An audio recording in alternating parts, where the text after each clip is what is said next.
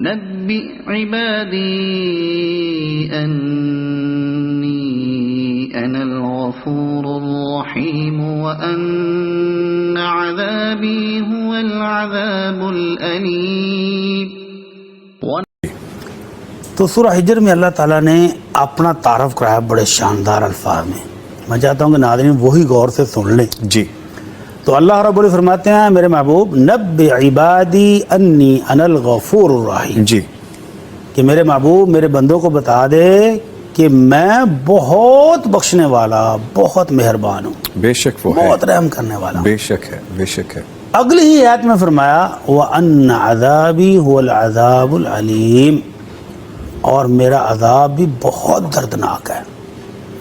تو مالک نے جو اپنے بنا لیے ان کے لیے وہ بہت بخشنے والا رحم کرنے والا مہربان ہے، اور جو اپنے رب کی نہیں مانتا نہیں بنتا رب کا تو پھر وہ کہتا کہ میرا عذاب بھی بڑا دردناک ہے. تو لہذا اس کی مان کے چلیں گے تو خیر ہی خیر ہے، اور کسی نے اگر ہٹ درمی کی ضدی ہو گیا سرکش ہو گیا تو اس کے لیے مشکل بھی بہت ہے. اور وہ مشکل میں نے آپ سے کہا تھا کہ میں آپ کو دو چیزیں بتاؤں گا. جی. سارا دن مسجد آتے رہتے ہیں، دو مسجد بڑے حیران کن اور تشویشناک آئے. جی. جب میسج معاشرے سے آتے ہیں تو اس کا مطلب ہے کہ معاشرے میں یہ چیزیں ہو رہی ہیں، اسی لیے لوگ پوچھ رہے ہیں.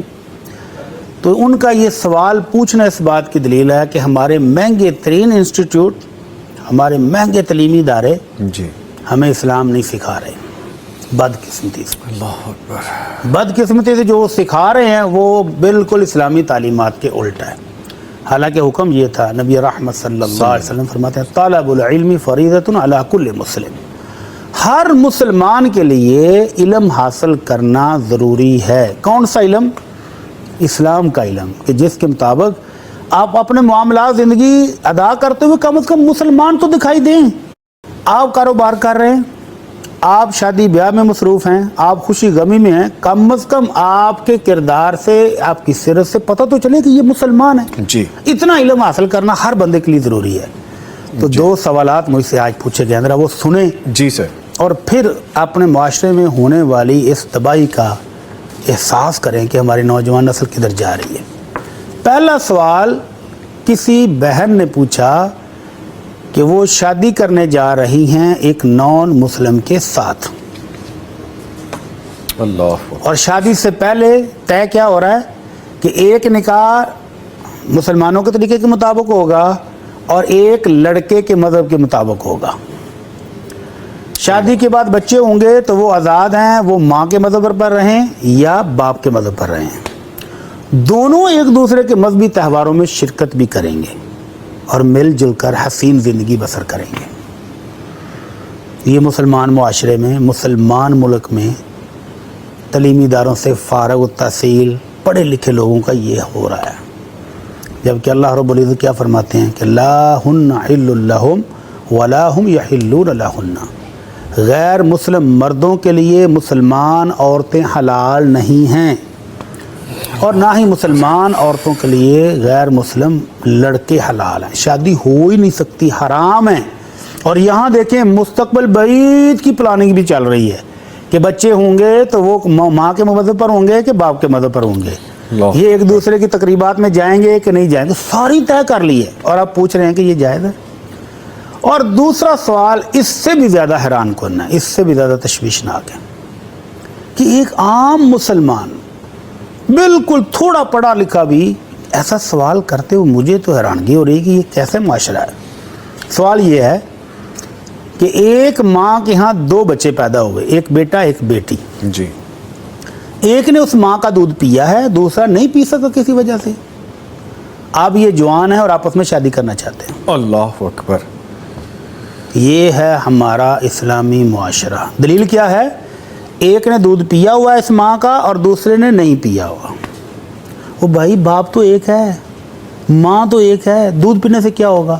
شاید ان کے ذہن میں ہو کہ دودھ پینے سے جو رضاعت ثابت ہوتی ہے تو ان دونوں کی آپس میں رضاعت ثابت نہیں ہے. بھائی ماں ایک ہے، رضاعت تو ثابت کرنی ہے آپ نے کسی دوسری خاتون کے ساتھ.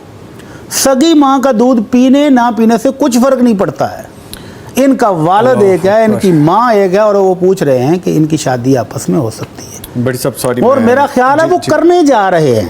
سائل نے مجھے کہا جی آپ اپنا وائس میسج ہمیں ریکارڈ کر کے بھیجیں، ہم نے ان کو بھیجنا ہے، اس کا مطلب وہ تلے ہوئے ہیں۔ اگر آپ کے انسٹیٹیوٹ، آپ کے بڑے بڑے ادارے آپ کو یہ سکھا رہے ہیں کہ اسلام کی پابندیوں سے آزاد ہو جائیں، آپ نوجوان ہیں، آپ کو کسی کی سننے کی ضرورت نہیں ہے، تو یہ تو بدقسمتی کی انتہا ہے۔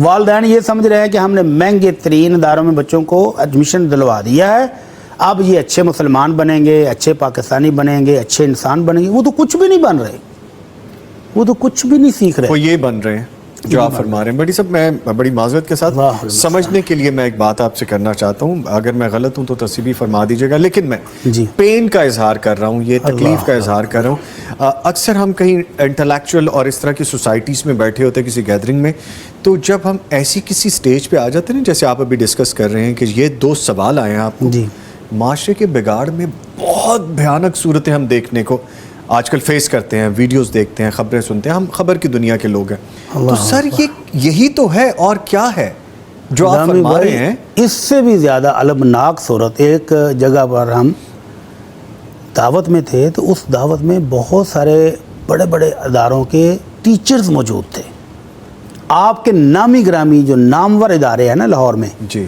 ان کے ٹیچرز موجود تھے۔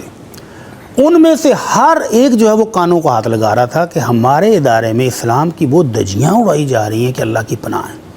اور ایک ٹیچر کہتا ہے جی میں نے باقاعدہ اپنی ٹیچنگ لائن کو اللہ حافظ کہہ دیا ہے، ان قباحتوں کو دیکھتے ہوئے جو میں ہر روز اپنی آنکھوں سے دیکھتا ہوں اور کچھ کر نہیں سکتا، بے بس ہوں، کچھ اللہ کہتا ہوں تو اکبر۔ انتظامیہ ٹیچر کو فارغ کر دیتی ہے، اور وہ جو برائی ان کے اسکول میں ہو رہی ہے اس کی وہ حوصلہ افزائی کرتے ہیں۔ جی تو اس لیے وہ کہتا ہے میں نے اللہ حافظ کہہ دیا کہ میرے بس کا بات نہیں کہ ہر روز اس گناہ کو دیکھوں اور برداشت کروں، میرے سے نہیں ہوتا۔ نبئ عبادي أني أنا الغفور الرحيم وأن عذابي هو العذاب الأليم۔